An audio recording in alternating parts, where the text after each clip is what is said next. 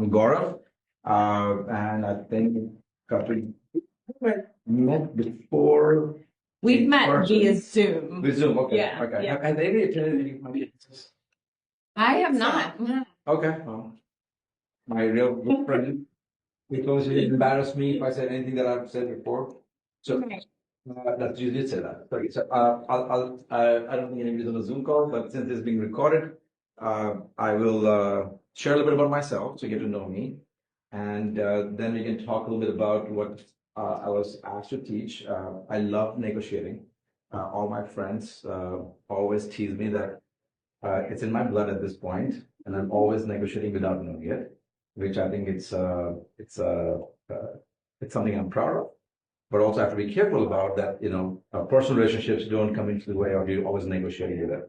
So I think it's an art, and it's something that you get developed over a period of time. And in our business, I think it's a really, really good talent to have. So I'll talk a little bit about what does it mean to me, and how when we are negotiating or working with other clients or with other in life, with others in life, how can that help? And just make you think a little bit. That's my goal today, is to make you think of understanding what negotiating is. Negotiating has a very bad annotation at times. That if you're negotiating it, you're basically going to be greedy and you want to take something away from someone. I think that's a bad annotation. Negotiating is, in many ways, right now I'm negotiating with you. Can somebody explain to me how I'm negotiating with you right now? You're trying to sell your whatever topic you're going to teach. So before I'm saying what I'm trying to, that's almost what I was thinking as well. Information For time. That's a great way of putting it as well.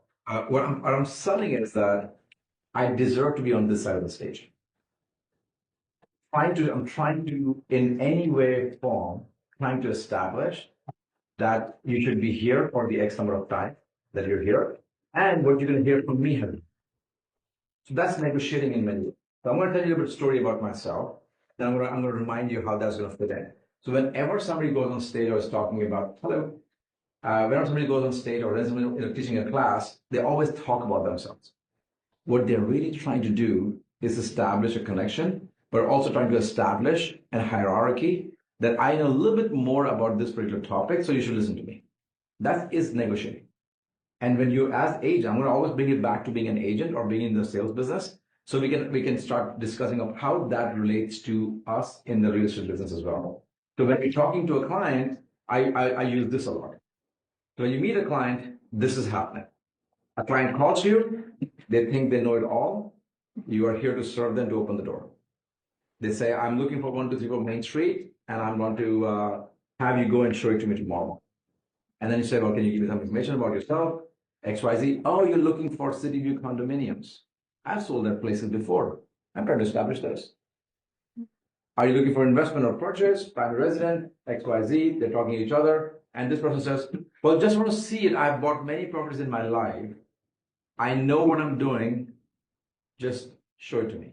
Trying to establish a hierarchy. I know more than you. Just do what I'm asking you. And so I'm happy to. I'll meet you there tomorrow. Have you been pre-approved? No. Can I get you pre-approved? I have somebody I've already discussed with in the past. I had an agent I bought before. My cousin lives there. They're still trying to establish this, right? And then you say, oh, by the way, I have a client that I just helped them buy an investment property in that neighborhood, which was off market, and I got a 10% discount price. Would you be interested in hearing more? Now I want to hear more from you.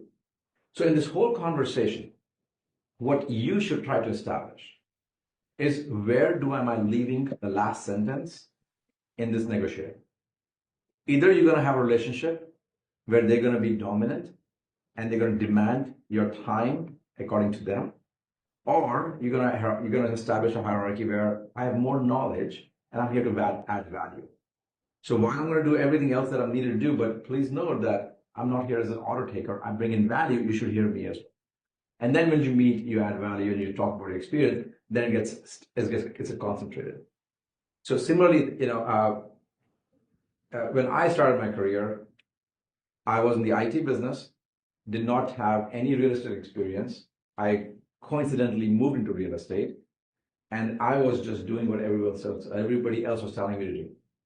You want to go see a home? I'll show up. You want me to run an offer? I'll write it up. You want me to put a cash offer when you cannot qualify? I'll write it up. I was just doing everything so that hoping that I can make some money. And what really I started realizing was that I wasn't bringing any good value to them, and neither were they happy, neither was I happy. They were doing it because they thought they knew more than me. And probably at that point, as a new agent, they did, because I did not have enough experience. And then I said, okay, then what I really need is to get my hierarchy up in my conversations. And what do I need to establish that? I need experience. More than experience, I need knowledge. Knowledge is going to help me get better experience faster. So what we are doing here in this room is trying to add that at whatever level you are in your career, is how can I add a little bit more to be more knowledgeable? So with my experience and knowledge, I can be a much better negotiator and a better provider and a better and a better agent or better business person or businesswoman in my relationship. It's fair? So a little bit about myself. Came to this country in 1997. I was an immigrant from India. I am an immigrant from India. And English is not my first language. So many times when I'm looking around, I'm actually translating. It's been 27 years I've been in this country. I speak fluent English, but I don't really think in English at all. I'm still thinking in Hindi, and I'm still translating. So I apologize if my vocabulary is a little different or my grammatical mistakes happen. You can laugh and make fun of me, but at the end of the day, it is what it is. So I'm here. I came in 97. I went to Drexel for a computer science degree. My goal was to be the best programmer this world has ever seen.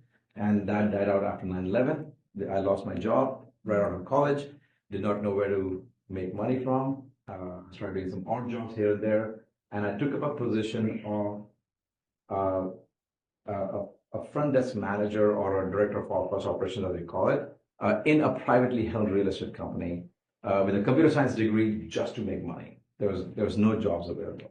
And there was immigration issues, so I needed a company that would sponsor me as well. And there was one company who said, we'll do it, but sit at the front desk, make me coffee, open the mail, and we'll figure it out with you, but I'm going to pay you peanuts. But that's our arrangement. I said, I'll take it, because I needed that. I took that opportunity, and I started opening the mail. I took the opportunity after opening the mail to read the mail, because most people will open the mail and give it to the person. I opened the mail and started reading it. I started asking questions. But why is this person sending us the rent? They were commercial and industrial warehouse owners that happened to be a real estate company. So I tried reading. I was like, why are they saying CAM $2,345? Why are they saying additional rent this much money? Why are they sending you late fee of this amount? Why does the late fee change every once in a while? So I didn't understand anything about real estate. So I started asking questions. And when I started asking questions, thankfully, my boss was very kind to start answering things for me. So I started learning a lot more. And he said, well, just go read the lease. You'll understand all these answers. I go, here's the lease. And I started reading. I said, what does triple net mean? What does a gross rent mean? What does tenant fit out mean? What does amortization mean? Like I didn't understand any of those things. So then I started asking more questions, and I said, well, this is a great question. I'll answer a few things, but then why don't you go read online? Because we didn't have an iPhone in 2002. So then, well, I didn't know where to go. The only thing I could think of was, well, I go take classes. So I thought, okay, what if I go get my real estate license? Can I get all these questions answered? I said, probably, but at least get out of my office right now because you have to communicate that. I'll pay for your class, go, but don't do it during the work hours, do it in the evenings and weekends on your own time. I'll pay for you. It's perfect. That's how I got my license. Just to understand how to do my job better. Had no desire of being in real estate. But once I started doing it, I started meeting people. I started asking questions to my teacher. I'm very, very, very intrigued by learning from others because my philosophy is to be number one in anything, anywhere in the world, is to copy the person who's at number one and add one small thing different that makes you better than them. So why reinvent the wheel? Mm-hmm. Let's just go copy what the number one person is doing. They've done it. They've proven it. Probably had 30 years of career experience with them. Let's go learn from them. Why am I trying to be so different? But my personal touch can come in. That's going to create the gap between the number one and me, or it'll help me get better. So everything I did, I just started asking questions like, how do you do this? How do you do that? How do you open houses? What do you do? How do you sell to somebody in mortgage? How do you sell something in real estate? How do you rental? How do you invest? So I started learning a lot more as I started getting more and more classes. So right before I sold one single property, I had taken every broker class that existed because I was working in a full-time job. I did not know anybody. I was an immigrant. None of my uncles, aunts, friends, nobody was buying. Nobody referred me any business. So I'm going to just do all those things. Then, as I was in that business, I learned property management, and I didn't have money to buy assets. So I went to a friend of mine who I got to know in a class, in the real estate class, and I said, "Well, it's how do I make money? I have more time on the weekends. I just don't have the experience, but I have a lot of knowledge now. I read every ethical complaint that NAR published because they should publish something. It was my best past reading time. What not to do." Right? We can all learn what to do, but I want to learn what not to do. I don't want to get in trouble. So he said, well, let's just start showing properties. And then that's where I started learning real estate. And I said, well, I'm going to buy my first property as well. And I started learning real estate there. Then all my friends started looking at me. I was talking a lot more knowledge. My experience exemplified because I had a lot more what to do and what not to do. So that really helped me start my career. So yeah, fast forward 6-7 years, I worked in my company, 2008, with about 3 sales or 2 sales and about 5 rentals. I decided I'm going to go open my own brokerage company. I did. I found my good friend who was an appraiser in the industry for about 30 years, who had written a software when I was in college as an IT consultant, and all came together and we started a brokerage company with a friend of mine that I met in school of real estate, with the appraiser that I wrote a software code, and then I started recruiting people because what I thought was I don't know how to go get business from people that I thought the only way to get business is from people that you know. So I don't know anyone, so I cannot go and get it. But you know a lot of people. You go born and grow up. I'm assuming you're born and brought up here. So I was like, well, people know a lot of people. What if I can just be the coach who shows people how to do a 3-point shoot? I'm just not good at it. So I started a brokerage company. I had a lot of knowledge, so I became more of a teacher and trainer, and I started doing it. I realized soon people started asking me like, well, you haven't done transactions. Why should I trust you? So okay, well, I have to start doing some transactions as well. So I started doing transactions, started teaching. I recruited about 70 agents in my second year in career, and I helped them be very, very successful. And they were making a lot of money, and I earned the respect. So they started bringing other friends to join the business under my leadership, and we started building a business. So I've been running a brokerage business since my second year of being in real estate after I left my job, and I've been doing it for almost 17, 18 years now. I have a large team in the city of Philadelphia. We are called the Condo Shop, and we do rentals called Rent Philly. We do luxury called Black Label. We got the name Condo Shop and Black Label trademark in the country. We have about 60 plus people in my team now. We do help over 1,200 families a year, tons of rentals, tons of sales, and about 200 plus million a year. I own the market center, KW Philadelphia, and David owns KW Philly. We merged together in 2024, became KW Empower, and he took the OP role. I stepped out. I am now building a property management company. We manage about 4,500 units in 10 states. And we have a title company, an insurance company, a transaction management company, a media company, all servicing agents that are in our organization. We have about 1,100 people in our organization between New Jersey, PA, Delaware, and Maryland. Thank you for joining our family of KW Empower recently. And our goal is to continue helping, providing support, and continue to grow for us and for everybody else around. That's my story. That's my history in a single breath, probably, or as fast as I could tell you without taking too much time, so I can focus on some of the things that I want to talk to you about as well. Any questions so far? Was I negotiating? Yes. I was. I was trying to find things that will add value in my story, so that either you empathize with me, you like me, you respect me, you believe me, you relate to me, anything. So I was trying to find those things that can matter. I wasn't trying to cheat you. I wasn't being greedy. I wasn't being egoistic. I was trying to throw facts at you that I have lived my life, So negotiation doesn't have to be negative, but it does happen. And that's what we should be thinking about when we're talking to somebody. What impact is my conversation going to make that's going to have an effect in the future? How many people do we meet in our career where we meet them and they call and say, I met you there. I'm still running since morning. I'm probably ran for a run. You got some extra calories, Dave. I don't know how many ridiculous amount of calories I have to edit it. I mean, I'm in a strict plan, and my coach is going to say, yeah, right. I'm put up here to Delaware. So have you met people, they'll meet you and they'll say, I met you there. I met you the cousin. I have a real need, or I want to run something by you. Why does that happen? And I can assure you, there are many people who met us and didn't call us. We just don't know about them. But there are definitely people who met us and say, I ain't calling that person. I didn't get the same feeling. It's because either we were not purpose of our conversation or we didn't leave an impact. But that, what I call, is a little bit of negotiating. We were negotiating to be part of your life, to remember me. And we didn't do a good job at it. So it's boo-boo on me if I didn't leave an impact when I spend the time, which is limited in our lives, with somebody at that point.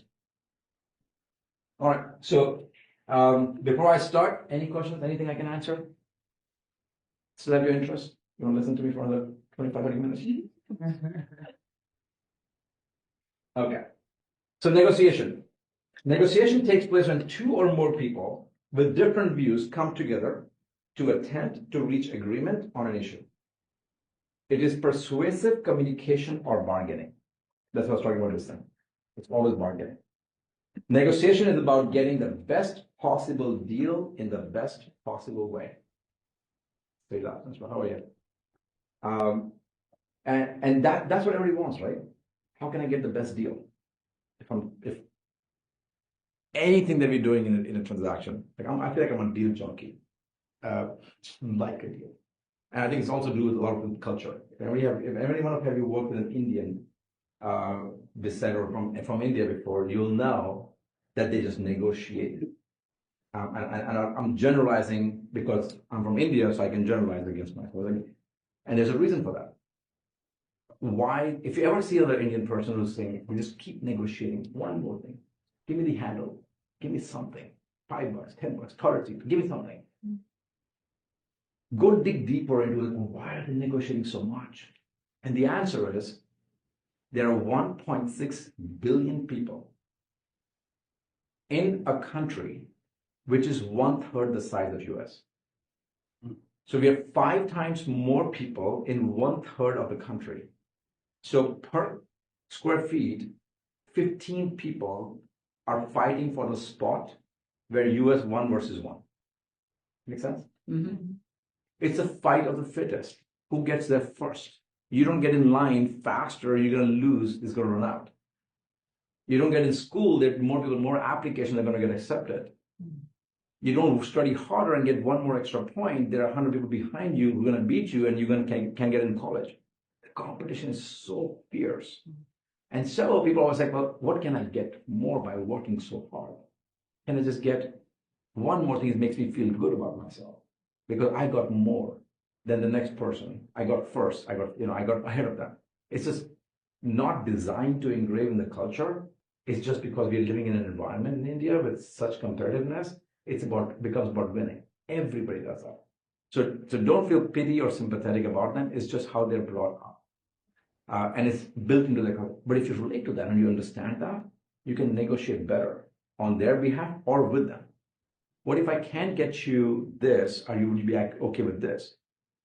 Big yes. But if people just say, you just want everything, just greedy. I can't, you're just stingy. What do you want? You were going to walk away because of the $150? Yeah. Just because I'm used and for fighting and trying to win. It's a feel-good factor. So we need to understand the mindset of everybody. So we always ask a question to your client. What's more important to you? What does winning mean to you in this scenario? When I'm negotiating on your behalf, how would I make you feel that you won? Better price, better terms, better time frame, more furniture left in the house, negotiate with the mortgage person, negotiate better seller's assistant. What is more important to you so that I can negotiate on your behalf and win for you so that you can actually feel happy that I did my job well? Not the way I'm thinking, just the way that you're thinking. So always ask that question. It's all about getting the best possible deal that matters to them, not to us. Before we begin, couple of points. Let us never negotiate out of fear, but let us never be afraid or never fear to negotiate. Never be afraid to negotiate. It's part of our job. It's what we are hired to do on behalf of our clients. I've had an agent who told me, I don't like to negotiate. So why do this business? You're basically saying, I'm going to see something online, I'll send an offer that take it or leave it. That's the mindset behind it. You'll never win. You'll never win. Everything is negotiable. Fundamentally, everything is negotiable.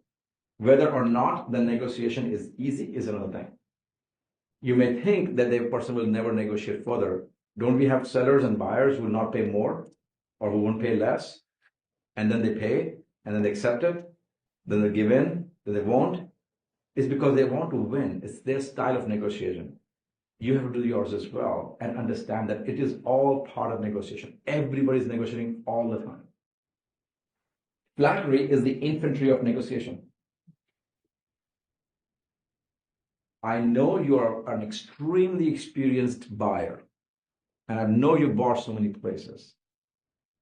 And I know that the style that you're asking now, when I go back to the other buyers or sellers, they may accept some of the things that you're talking about. But would you be okay with if we didn't get this one thing? Adding something where they feel like I'm the best and I'm good about it just goes a long way. Just make them feel like they are winning. Part of the negotiation is. During a negotiation, you lost before you started. If this is going to be purely personal, not factual.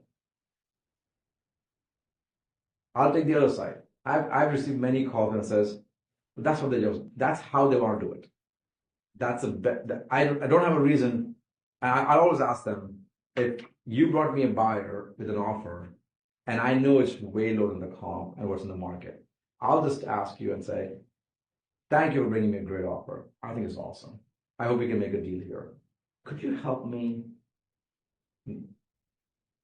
understand what comps did you use to come up with that price? Because I wasn't able to find those comps. So I can use your comps and go to my seller and explain to them why the offer should be what you're presenting to me. Please help me because I don't understand. What your response going to be? If you knew it was a way low ball number. It was fair. Oh, this is not a rhetorical question. No. Upfront with that. What would your response be? I don't know. About what kind. You know that you brought a low ball now. Right. And I know as an agent you would never do that because your buyer is pushing you to present that because the comp you presented to them is way higher than what you're presenting to me now. So if I put you on a spot like that as a seller's agent saying, why? Explain to me where you got this comp. What are you going to say? Yeah, the comps are 2 years old. Or you're going to say, I know, but my buyer is only willing to do that. Or my buyer wants to stop here. So how do I get more out of the other side offer? So then I know I understand I'm on the same side with you. I've been in the same shoes like you. I know those tough buyers. But let's try to make this work. Do you know how much more they're going to come up? Do you think are we going to be so far apart it's not worth talking about this in the future and wasting both of our times? Or you think your buyer is going to be reasonable enough to have a fair value where we can make a deal here? Get some more information from him. So let's say he says, I think I can get them up. Try to not give everything away. I think I can get them up. So then I'm going to say, Okay. Do you know how much? I don't know, or I won't tell. So why don't you bring a better offer for me, and I'll see if I can go back to the seller. I can't. I need a counter. I need to go back to my buyers to make me look like I'm negotiating. Mhm. Okay. Sometimes we'll get a counter, sometimes we won't, right? So then, I spoke to the sellers, and I did speak to the sellers, and they said it's too low wall. I said, don't kill it. Let me talk to them. I'll talk to you. And said, I spoke to the sellers, and the seller said, I think we're too far apart. But I like the BFI. And I want to make something work. I don't want to negotiate against myself. I hope if you come up a little bit more, we'll start talking and negotiating. But I like to make a deal. My seller didn't say that. But I know he'll accept the number. I'm going to kill. That's my job. If I just follow my seller, I'm killing the deal. Now you go back and say, okay, fine, I'm going to bring you something. This movement, right? Not every deal is going to make it happen, but we're trying our best. You bring up some more offer and say, okay, I'm going to go $10,000 more higher, unless the gap is 40,000. Better. Let's start continue talking a bit more. I never give up. I never ever give up because I know all they're doing is negotiating. It's no, you can think of it as ego. You can think of it as it's all negotiation. You can negotiate the ego as well. So we're going to continue talking about it. And at one point, we're going to get to the point where I'll say, let's say we only $20,000 apart. Okay. We tried very much. It's the best offer that my buyer is going to give you. I think they're going to walk away after this. And I said, my seller came down $20,000 and they told me this is the best and final. Take it or leave it. Okay. Glad we tried. Then I take out another accent. Say, okay, listen. Could you go back to your buyers and ask them that if I went back to my sellers and asked them to split in the middle, would you buyers be okay coming up with a split in the middle offer? It's usage of words, right? So could you go back to your buyers and ask them that if they came in the middle, I might go back to my sellers and convince them to meet in the middle. Is that something we can make work? You're not going to lose the deal. You're going to say, well, I'll try. But what the impression I'm giving you is that my seller will take in the middle. My seller will never take it. That was the rock bottom. Because you were 20,000 apart. But if I can get you extra 5, 7,500, maybe 10, because now people say, I'm trying one of them to break. Let's meet in the middle, right? So you come back and say, yes, fine. Final offer, but we want to get the turret seat or the chandelier. Okay, we go back again. That is how good agents keep a deal together. That's how, when we let our own ego come in between, we kill the deal. There are many other ways to skin the cat. Sometimes I've seen other agents just walk away. It's like, hey, I tried. I think we didn't try enough. Somebody is giving up, but there's obviously times when it's unreasonable and people just say, I'll move on. That also happens. But a lot of the times we can save in deal as well. Has that happened to you before? So, Right? Have you tried giving in all the way? Or is your own personality, you don't have to answer that, is your own personality to not keep fighting because it seems stingy? Sometimes, yeah. Right? I don't think people hire us for how we feel. People hire us to make them feel the way they want to feel. So we got to let our guard, our ego, our style down and use everything that we can to their advantage. Otherwise, some sellers will or buyers will try to negotiate themselves because they feel that we are not doing the best that they want us to do. Just go and make a low offer. It doesn't work. Just go and do it. I'll do it. It should please you. You try to negotiate with me, I'll let you in. But I'm going to set the expectation. With the sellers, I want to list at this price. Well, the comps don't support it. Just list it. So I use another phrase like, sounds like you're trying to use a strategy of finding a needle in a haystack buyer. Sometimes it can work. You might be right. But hope is not a good strategy in my books. But I'm okay to be wrong. So I listed the price you want to, but can we agree if that strategy didn't work? Then after 10 showings or 10 days and no offers, can we talk about having a reduction in price on paper? Because I'm letting you do your side first because you're being very stubborn. It's okay. What if you do get a buyer? I'm wrong. No, I don't know everything. Sometimes there is a buyer where the neighbor has their daughter want to move in next to it, they'll pay $10,000 more. Be my guest. I like those buyers. So that is another style of letting them win and then still moving on as well. Playing dumb is a valid negotiating technique. A very valid technique. You might be right. How do I know? I didn't know that. That's a great idea. Great idea. Don't let your personal ego come in. So types of negotiating. A distributor, a win-lose. Give it to one party and cut it unevenly. One party has to win. Destructive, lose-lose. Take the cake away so that neither one gets it. It's horrible. Ego from the agents probably. Horrible. Integrative, a win-win. Is that a slide from? No, it's not. No. Thank you. Good. Thank you. A win-win. Make two cakes which are of a much bigger size than the present size. The concept is 1 + 1 is equal to 11. Right? Everybody's happy, everybody gets something bigger. And a draw. Cut the cake down the middle. There's a book that says never meet in the middle. You read it? Yeah, never in the middle. There's a different strategy around it as well. Because that cannot be the only strategy. Right? So we'll just start saying, hey, we're 40 on apart, let's meet in the middle. No, you got to explain why. You got to explain the logic behind. So what matters more? When you're negotiating, one thing that is extremely important is to know your market. You can never negotiate well if you don't know your market. If you don't know what closed. A house on one corner and the other corner, or a condo on a 16th floor and second floor is never the same. The upgrades, the different finishes, the view, the noise level, everything is different. But on comms, it's on paper. If you don't know, and the other person says, look, that house sold for $345. Did you know that the other bedroom actually is facing the highway? You didn't know that, did you? That sold 8 months ago. And you're not from this area. So let me tell you that part. So go back to your buyers and say, I'm going to help you negotiate. But if I did not know, I'm going to go to my seller and say, hey, this is the comms. And the seller says, my buddy lived there. That house is horrible. The bad back bedroom faces the highway. Did you know that? I didn't know that. The negotiating went right here. I don't trust anything after that you tell me, my friend, because I seem to know way more than you, and you're not working in the best interest of me.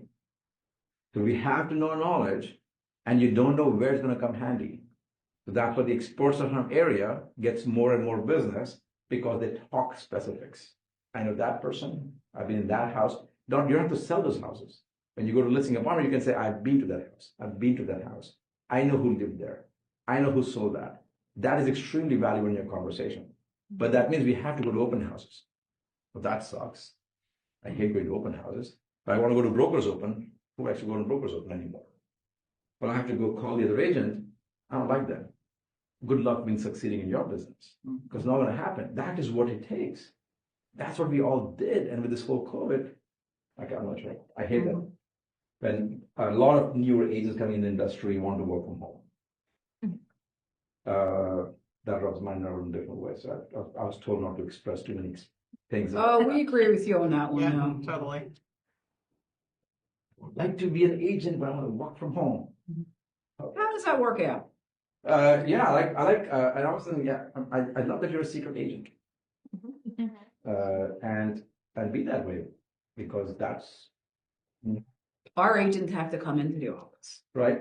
It's Mandatory. First of all, you cannot make it mandatory.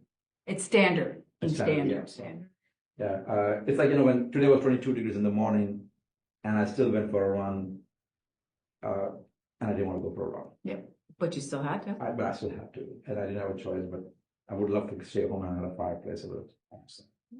So I think that grit is there are tons of people. Thank you, all of you guys. I'm humbled and I'm very filled with gratitude that you all are here spending an hour of your life with me. Don't have to. You opted to. And I hope I leave something that will make an impact somewhere. Just one thing. My mom always told me when I was a student in like younger grades, third, fourth, but she's like, I don't go to school. She's like, just go to school and come back with one thing. Just one thing. Just come back and tell me one thing you learned. I learned 3 + 3 today. I learned my teacher tell me that, this is called an earlobe. Great, you learned something. But in 10 years, how much have we grown? Or after being in business for so long, how have we grown? So every day, one thing. What have you negotiated? Let's make it more interactive. What have you successfully negotiated? What comes to mind? What is the proud negotiating that you have done that you want to share? What is your most proud moments? Like, I negotiated this, and that is what I'm going to leave in the books for me. Anything comes to mind? It's the first thing that comes to mind. Let's not do the best of the best. What is the first thing that comes to mind? Yeah.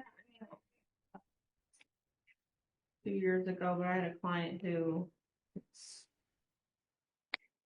very dead set on getting the house at a lower price. Like, he wanted what he wanted, and kind of like what you were talking about, like going back and forth between, and then like the listing agent was like, nope, like we're not, like it was right, the deal almost died, like it almost died. And then, I went back again and was like, listen, like if we can do this, this, and this, then you'll get your house, right? You'll get that house that you love. You love this house. This is the school district you've been trying to get into. It's the spot you want to be. Like all these things, if we can be here, and we worked it out, but it was Tough. It was not easy. It was tough. Why was that different than the other transactions? Why does that one come to mind? I think because my buyer was just, he wanted to have the upper hand, I mean, So how do you win? How do you make him, since you said he, I went back to like his why, like, like you really want to give this house up? Like this is perfect, right? This is everything that you've been looking for. It checks all the boxes. to dig We dug deeper, right? and deeper and say, I'm going to find the reasons why you're negotiating Yes. and what will make you win. And what's more important than winning, the money or the feeling or Right. giving up and the lifestyle. And we've been taught that a lot. Go dig deeper and find out what are the reasons why this will make an impact. There's a I think in bold, I'm looking at here, I think it's a simple sentence that they have taught us as well, that are you willing to not raise your kids here and send them to school? Or would you see yourself growing your family here and getting older? Or would you want to save $5,000, which is $22 and XYZ? And I believe it was literally $5,000. Right. I'm a total On $1 million property, like. It's usually that. It's usually the toilet seat in a home that is the problem, and they will never use it because it's dirty and they still want it. So it's a great story that you mentioned. One trick I'll tell you that I have learned in my career is when you meet the seller, and the seller wants to list a price which is way higher, and you're trying everything. What I have done that happened once automatically is I always ask them, great, you want to list this property for $500,000. I think it's worth $465 as an extent, it should be $450. But I think you've done some good improvements, $465, maybe $470, and there's a stretch. And from my experience, I can tell you, if you list it too high in the market for too long, people start thinking it's a bad property, something's wrong with it. Usually, statistically speaking, the price is never at the market value, people start bidding it lower, right? We know those things. The inverted triangle concept, right? So I say to them, perfect, I'll list it at $500,000. I'm not using the same story that I told you, we'll do it, needle in a haystack. I tried that before, that didn't really work. I said, okay, fine. How about we'll pick a day. I want to go take you and show you some homes. 99% of the sellers haven't seen the comps in the area. They only see it on paper when we show it to them. So I take the sellers, look through those homes, and I surprise them. I don't tell them we're going to look at it. If I need 1 hour of your time, I'm going to take you for coffee. Okay. And then I say, on the way, then I tell them, I'm going to stop by and do this thing. Most of the sellers don't even know or remember the exact number of the comp that they listed at. Right? They've seen online. They don't remember it because they don't do this every day. I have all the sheets with me. I'll walk through and say, we're going to take this to 2 homes. We'll walk to the whole house and then compare to this house and your home. How much house should this be worth? Or Or if it's a sold property, pending property, can be a sold property. It's difficult if you know the other agent, but let's say it's an active property. How much would this place be listed at? And let's just say, oh, it should be listed at 495. Great. How much was the next one listed at? 505. This is for 415, 425, 445, 465. So you already think that every house, including yours, is overpriced or underpriced, should get more. So is it possible that it's your education of the market and the other product? Now you tell me, if that is being sold at 455 and you're the buyer, would you buy? You told me it's worth 495. Wouldn't you buy it for 455? Sure, I'm going to buy it. Then why would the same buyer come and buy your house for 500? You yourself said this house is probably worth 495, and accordingly, your house is comparable. So why would they not buy that one? So my recommendation is, let's be competitive and be fair to where the market is. Not what I want you to sell it so I can make an extra commission, because that's what many sellers think. You want to list it as low as possible so you can make the commission fast and move on. You don't care about my house. Now I'm showing you my value, why I came up with these things. Has anyone tried it before? Not No, thinking them nothing. through. Yeah, I haven't never done that. Eyes when they see the number, Yeah. the husband and wife, they look and say, I told you. Because one of them knows and the other one doesn't. Yeah. I was like, I guess we have to do this. I guess it's a reality check, not by you making them lose. Because when we sit in the room and we tell them, trust me, what you're saying is in this negotiating, you lose, I win. In that scenario, there's no between you and them. You're on the same side. It's a different strategy of negotiating.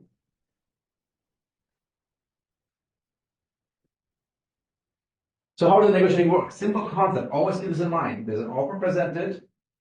There's a counter offer expected. People don't usually go and make an offer thinking, accept it or lose it, they're expecting something in return. It's okay to give a counter offer in negotiating. There always going to be some concessions, and always going to be back and forth. There will be a compromise, and then there will be an agreement. That is our nature of our business. That's the nature of any negotiation in any business. Don't try to skip it. And don't advise anybody in your career or your clients to try to skip it if they're not having a meeting of the minds. Obviously, if an offer is made, both sides accept it, full price offer, cash offer, no going skip it, right? But there will be things like these, and many sellers that they didn't make an offer to my price, or it's too low, I don't want to talk to the sellers, don't make me an offer anymore. They're trying to skip it. It's our job to explain to them, saying that's just the nature of the business. A best case scenario is buyers think they paid a little less than what they would have paid. And seller thinks that they got a little more than they would have accepted. That is a true win negotiating with everybody. Everybody wins. And how do you achieve that?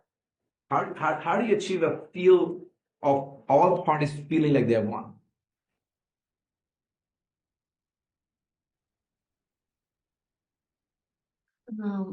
I think, if I was a buyer, I wanted that appraisal, because appraisal is gonna help the buyer to make the right decision. Because if the appraised value is lower and I offer high, I'm not going to be happy. That's correct. That's a great example. I love it. So what you're saying is that if the buyer is paying, I'll just use numbers, $500,000 for a place, and the appraisal comes at 510, the buyer's super happy. Then they got a deal. Hmm. How many times you get an offer for 495 on a $500,000 property, which is like, Mr. Appraiser, you knew it was $5,000 less. It wasn't worth 500 to you. It was worth 495. I'm looking at the mortgage again, and it's like, yeah, it's one individual person's personal opinion, which is called an appraisal. We can still fight it to win on behalf of our buyers. How many people have fought appraisals? How many have won appraisal fights? Do you know majority of the agents don't know that appraisal can be can be contested? Because they accept a professional in our hierarchy that we have accepted them to be higher knows what they're doing. Because we are underestimating our own knowledge and experience to say, well, I do know that. I do know the market. If your appraisal comes lower, do you read every appraisal? There was a friend of mine who was just refinancing. He called me, a commercial appraiser, a commercial broker. He called me and says, dude, I thought my property was worth so much. Can you check this appraisal out? The only thing we did was we read the appraisal, and his 5-bedroom home was mistyped as a 3-bedroom. And all the homes were 3 bedrooms. And one was a 4-bedroom, which he got an adjustment in the appraisal. I said, your house is a 3-bedroom or 5-bedroom? He said, 5-bedroom. He says 3-bedroom. What are you talking about? The appraiser came and walked around through the whole house. I don't know what, if we give it an assessment or something else. Sometimes it's things as easy as that. So we need to know how to read an appraisal. How many times we are taught to read an appraisal? Do we all know how to read an appraisal? Right? How many agents do know that? So all those small things is what matters in us being a better agent, is because we don't know. And a lot of times I'll hear is, I'll take an appraisal reading class when I have a buyer who wants me to do that. You can't be ready enough for anything that comes your way. You have to constantly educate yourself and get better. You can't say, I'm going to learn a 1031 exchange once somebody asks me how a 1031 exchange works. It's too late. So understanding all those things helps us become a better negotiator. Otherwise, we just don't know when we are losing. That's what some people will say, I'm consistently doing 4 million, 6 million, 8 million all my life. For the last 20 years, I've been a consistent $500 agent. Good statement or a bad statement? Kill me if I'm the same way after 20 years. I'm not growing. I'm not growing after 20 years of being an experience. Like I'm a consistent $500 agent, because that means I'm only working with what I have. So all the knowledge and experience is going to help us become better negotiators. And then there's an opportunity loss. We don't know what we're losing, which would have made us a $6 million, $7 million, $8 million agent. We are okay in accepting it. The reason why that people don't really think about is that, is $20 a big deal in real estate? No? No, no, Is $20 a big deal it is. when you're negotiating something? Right? Some there is, to some there is, to some there is not, right? But if anybody says, give me $20, there's no way I can convince each one of you to just take out $20 and give it to me. Why? It's because we don't realize when we give up $20 or $2,000 and we negotiate $20,000, it's a number and we don't see it. It's on paper. But when somebody says, take it out of your pocket, it became real. So learning and being a better agent is many times a psychology of how we understand our clients and what do we use to be purposeful about being a winner for them and for ourselves. I want to respect for your time. 10 minutes left. Huh? Thank you. Right. Big boss, I respect. It's the other way around. Mr. O, we don't fly. All right, executing your negotiating. So establish your objectives. In a transaction, what do we care about? We care about making sure there's a meeting of the minds. It's not about my commission. It's not about me winning. I'm not going to give the impression to my clients it's about them winning. It's about how can we create a meeting of the minds. They both put one foot forward by putting us in the front and saying, you guys go talk. And it's sometimes better because if we let every buyer and seller start talking to each other, they'll probably pull each other's hair out. When we negotiate a toilet seat of $500 or a chandelier, put them together and you'll see how they're going to negotiate with each other. Because a lot of passion and emotions come out. We are putting all those things behind the scenes and us handling those things. That's an art of negotiating that we create or experience, and that becomes a better agent.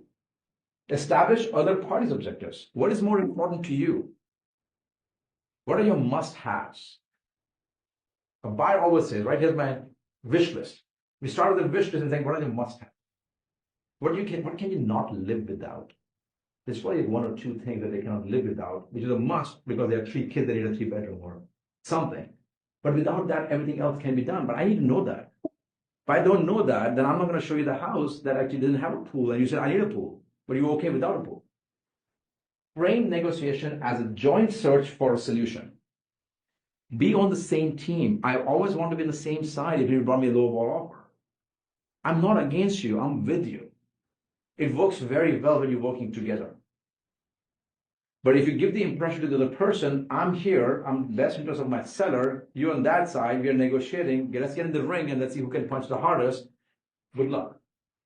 Because then they remember that for the next time when they have the seller and you're the buyer. So be on the same page, work together.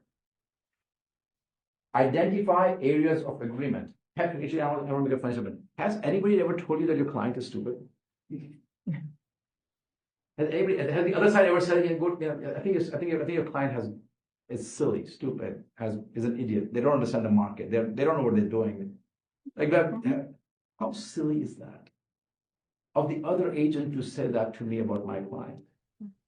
You know why? Because they don't understand the art of negotiating. They don't understand it's a cycle because they want to jump and just make conclusions because they are the ones who are not. But I need to then learn how to negotiate with that kind of an agent. But won't you remember that? So the people on the other side as well. The best agents are the ones that create the best friendship with other agents in the industry. They'll give you off market, they'll give you behind the scenes information because they know that they trust you and they can make deals happen. Don't take that away from yourself. Identify areas of agreement, if not this and that. What can work? If you're not able to do this, can I do this? Would you be able to live with this, if not this? I love an example that I think you gave me that you talked to your client and said, would you really walk away? How about this? Troubleshoot disagreements. Process of elimination. When you get 8 items back and the client says it's too much, they say it's okay. Let's just figure out the ones that you're okay with. Leave the rest to me. Now there are 3 left. Now then you go back and negotiate, it's $500 here, moving the date, then it's 2 left. Go through the process of elimination. Don't try to solve everything at the same time. There's too much emotions and too much happening at that moment. Take emotions away from the situation at that time. Bargain and seek. Give alternative solutions. If you have the experience and somebody says, this is too expensive, this is going to cost me too much, and if you're not the expert, what are you going to say? Yeah. But if somebody says, this one house doesn't have a basement, and you said, I know that you can build a basement for about $35,000. If you don't have that on the spot, how are you going to make a better negotiating and close a deal? You need to have all that information. Or somebody, hey, I know someone who can come here this evening and give us a rough proposal. It's so funny. On my way here, we got an agent of mine has a client who's putting an offer, and they're charging $12,500 for a powder room in the basement. Okay, the developers, new construction, charging $12,500 for a powder room, no more than a stable. Literally, it's this much. And so I'm listening on the phone, I'm driving here, and says, what should I do? I said, negotiate. Ask them to pay less. Tell them it doesn't cost this much. So we did. Take it or leave it. I said, but why do you need a bathroom? Well, you need a bathroom because it works from they have parties and blah, blah, blah. So you need to have a bathroom, but you don't want to pay the price that the developer is charging. Yes. Why don't you make your own contractor? Mm-hmm. But do you have one, Gaurav? You don't have one? It's part of my team. I was like, you don't have one? Like we talk about this in the team meetings all the time. There is a person that we use all the time. You don't know about them? Mm-hmm. No. It's like, oh, you were not in the team meeting last time. When we brought in a vendor who said, here's my cell phone number, because that wasn't worth your time. I didn't say that to him, but I was thinking. Obviously, in my negotiating with him, I'm not going to make him look bad. My job is not to make him look bad. I said, you know what, I would really advise you, next time we have an advisor, things like these come up. It'll make you a better agent. Here's the number, call Morgan, she'll give you the number, call the person, ask them to go their place, but I'll give you my 2 cents. A powder room of that size should not cost more than $3,500. Maybe $3,000, maybe $4,000. That's just my experience. If I don't know the house, but give or take, it should be $5,000, but not 4.5. But how much was your buyer willing to pay? $6,000. Do you think we can really do the bathroom at 6,000? I will vouch for it. You can definitely do bathroom. Toilet, a sink, a mirror, a fan, and lights, and tile, and paint. You're telling me it's going to cost more than $6,000? No. But I couldn't have done that without my experience. And I haven't checked my messages. I'm sure it's going to work out. I'm sure it's going to work out. But without that experience, they would have not. So please go and build your team.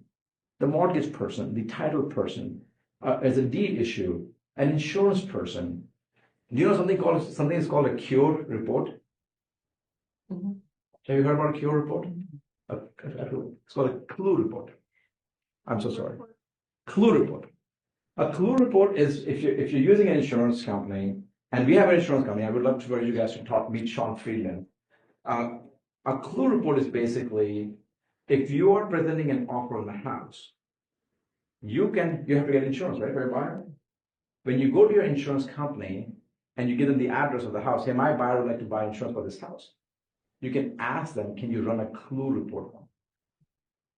A clue report will tell you, it's like a Carfax history. Mm-hmm. All the claims that the house had with the carriers, they all talk to each other, right, behind the scenes. You get a clue report. And if you look at that and say, the seller's disclosure doesn't have this basement flooding, and you put a $35,000 claim 6 years ago, how much is your negotiating power now? Way more. Mm. How much are you, or it's a clean house, Mr. Buyer, you're being worried for no good reason. You have no inspection contingency, but look, no issues in the house. How much value did you bring in behind the scenes? A lot. It's about building the team. So every single small thing that people talk about training and coaching and meeting and the vendor programs and the partners that we have or you have, all is extremely valuable. It's not just about money. It's about bringing a deal together so we can all work together to one common goal. Is meeting of the minds of the buyer and seller and keeping them happy. Agreement and close, summarize and ensure acceptance. Speak to clients first. Always summarize your email. Always summarize your conversations. 3 months, guys, I'll let you go. And if you have to go and you want to leave, I'm not going to please. I talk a lot. During negotiations, keep a positive attitude, narrow down to a few points of dispute and conflict. Step-by-step approach. Hide your desires. Don't disclose your deadlines. Think before you speak. Know your market information. And bring in your own expert. Don't rely on the seller saying, you can do this for X number of dollars. Awesome. Not very excited myself because who's the one who died in the end? All roads lead to the buyer's agent on the buyer side. All roads lead to the seller's agent on the seller side. They all come at us, and that affects our future. How to influence others. Please understand this in life. How to influence others. You can influence others with a position, president of the country, president of the school, mom, dad, owner of a company, team leader, whatever it might be. Position matters. Your perspective matters. You can create empathy and people start liking you for what you're doing. And problems and solutions. If you're a good solution finder and you're able to solve problems, you also win the respect and you're able to influence others because you're a problem solver.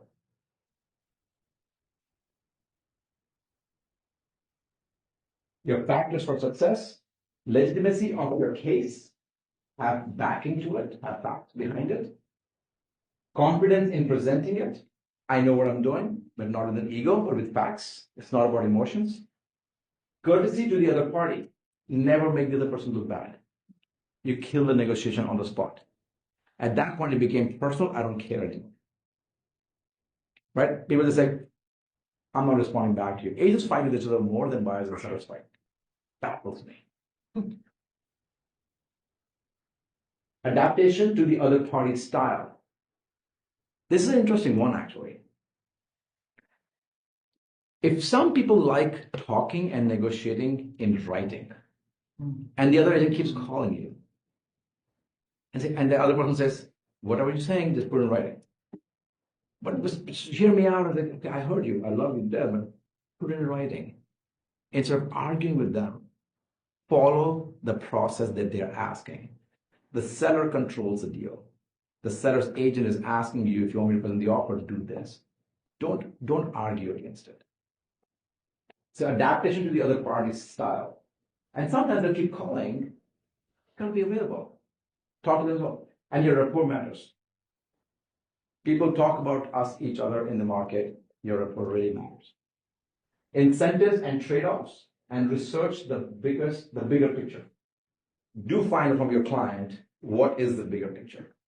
Dig deeper in your big why. Anything so far? Okay. Aim high to begin with. Easier to lose ground than gain. So start asking for more. If you're negotiating, you can always give in. You can never make a higher purchase price and go lower. Start lower and then go high. Hopefully they understand the negotiating counter offer conversation. If not, sometimes you have to come up much faster. Give concessions reluctantly. I don't think my buyer will take it. I think my seller will go low for that. And you're thinking, we'll take it. He'll be so happy you're going to give me a bonus because I got a $5 more than the asking price. But never express that to the other side as part of negotiation. Put a poker face. Because if you do, then guess what? The other side will always remember. Hey, if they go back and tell their client, they're going to get cold feet because of what you just said. They may not think they won because they were willing to come up with another $2,000 later. So now they got a better offer than they were willing to get before. And break down complex deals. You're going to build a whole new construction with all the issues, break it down. How much is it going to cost to change the part? How much is it going to cost to get the contractor? How much time will it take as compared to the HVC's buster that you resolve? Make proposals with open questions such as, what would happen if we did this? Suppose we were to discuss this and suppose the client were able to do this. If I went to the sellers and convinced them to accept a meet in the middle offer, would your buyer be interested in coming out? Dealing with stone walls, what would need to happen for you to be willing to negotiate over this? And always get agreements in writing. And that's all. Now that's what we make. That's all I had. Thank you very much. Thank you.